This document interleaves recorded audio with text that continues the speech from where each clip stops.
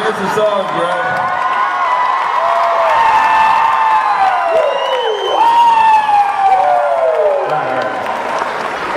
What's the use of getting sober if you gotta get drunk again?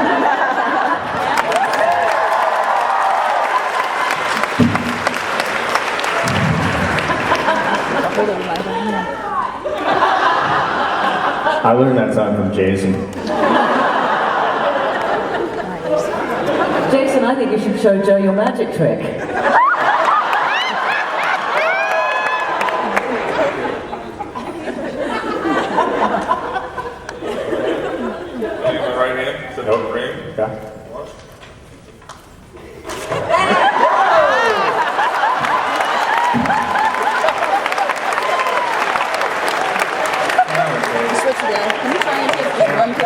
That's what I get. I give him a free place to stay for 2 years. That's what I get.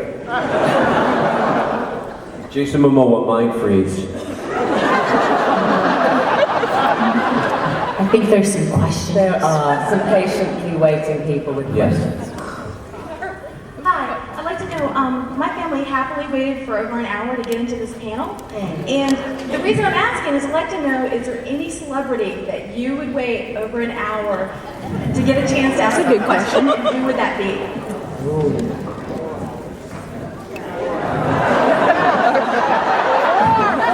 Well, we already waited an hour for Joe, so...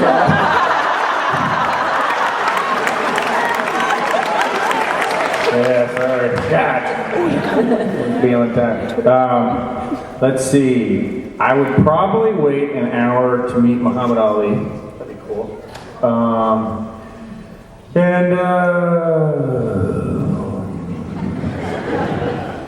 Well, maybe Obama. Obama. Oh, yeah, it's true. Maybe. Maybe not. I don't know. All right. I pay him a lot of taxes. Maybe not. I don't know. I really can't. I don't know. I mean, Obama, certainly, that's a good one. It's such a self-involved group, you know that? We're like, yeah, I wouldn't wait for anyone.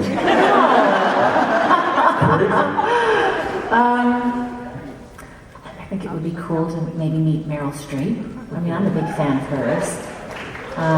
If I was, going to be able to talk to her personally and ask her some questions, I'd do that.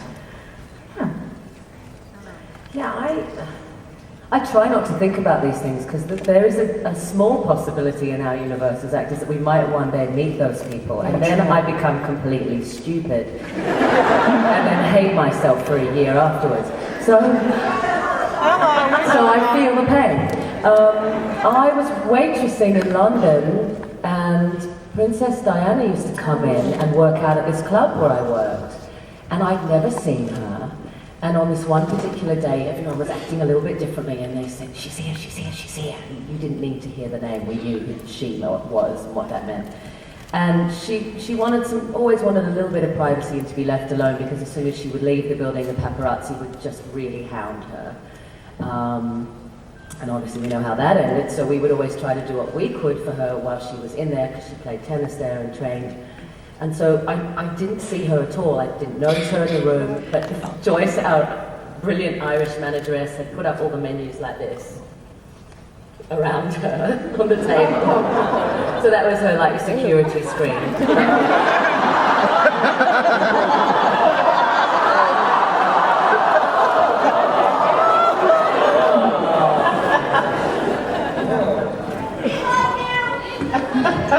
Come on. Okay, I'll finish the story now.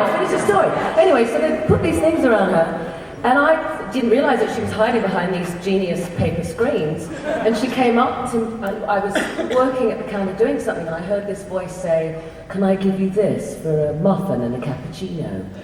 And I turned around, and there she was. And I went,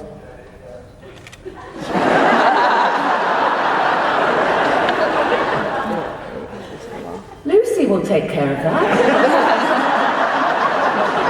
And ran away.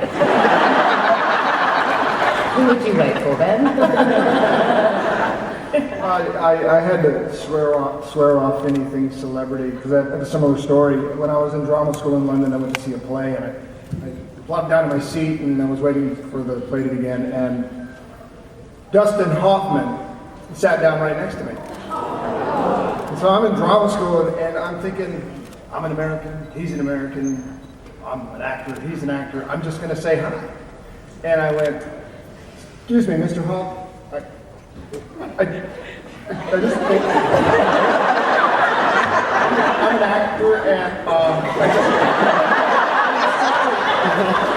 I got about that far, and he got up out of the seat and he moved back.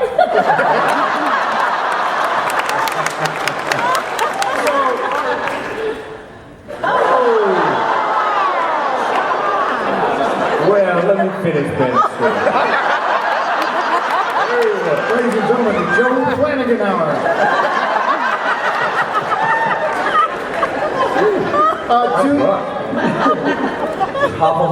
Is the Hop in the crowd? Because I feel we're getting X's that's damned on us here. So anyway, 2 years later, I was cast in a play on Broadway where Dustin Hoffman was the lead. And I was a spear carrier. And the first thing that happened, the show had been running in the West End for ages, and now it was on Broadway, and Dustin wanted to reblock a scene, and Peter Hall wasn't there, so the associate director was standing there, and Dustin spent an hour trying to get the scene right, meaning he was reblocking it, and he was running around, he's doing his Dustin Hoffman thing, and everybody's standing there, and it's already 30 minutes past when we're supposed to go to dinner break, and I was standing at the back of the stage, and no one's going to say anything because it's Dustin Hoffman. And so, the last thing I just said to Dustin Hoffman was,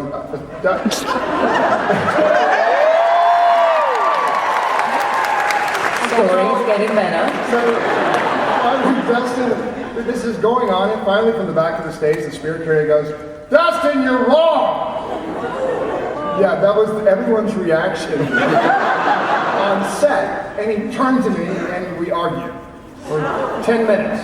I said, yeah, you're trying to do this, you're trying to do that. And I go to the stalls, and my wife said, you don't think you need this job? I said, what? Was I wrong? She said, no, you were right. Well, okay. So for the next week, whenever I walked by, he was dead man walking. No one in the cast would get near me. Dustin finally issued me into his room, and he said, hey, Ben, the other day, that thing on the stage, were you okay about that? And I said, yeah. Are you okay about that? He said, yeah, I would have done the same thing when I was young. So keep doing that. So since the celebrity distinctions are ridiculous. Between you and me, there is no distinction. If you want to wait an hour to say, hey, that's great, but I'd probably wait an hour to see most of you guys.